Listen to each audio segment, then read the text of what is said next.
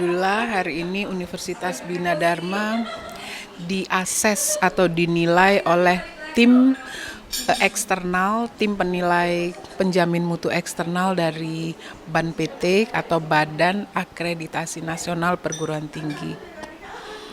Sebetulnya kita juga semua tahu bahwa BAN PT itu memang didesain agar setiap program studi bisa memenuhi standar minimum dari penjaminan mutu, di mana lulusan dari perguruan tinggi itu memang diharapkan bisa diterima di masyarakat.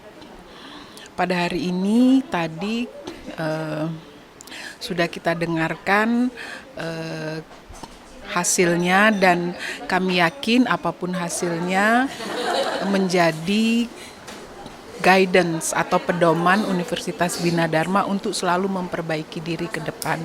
Dan mudah-mudahan hasil yang dicapai pada hari ini juga baik, karena memang Bina Dharma memakai acuan hasil dari review tim asesor yang 5 tahun yang lalu untuk memperbaiki diri, dan mudah-mudahan potret hari ini lebih baik dari potret 5 tahun yang lalu. Itu harapan kami.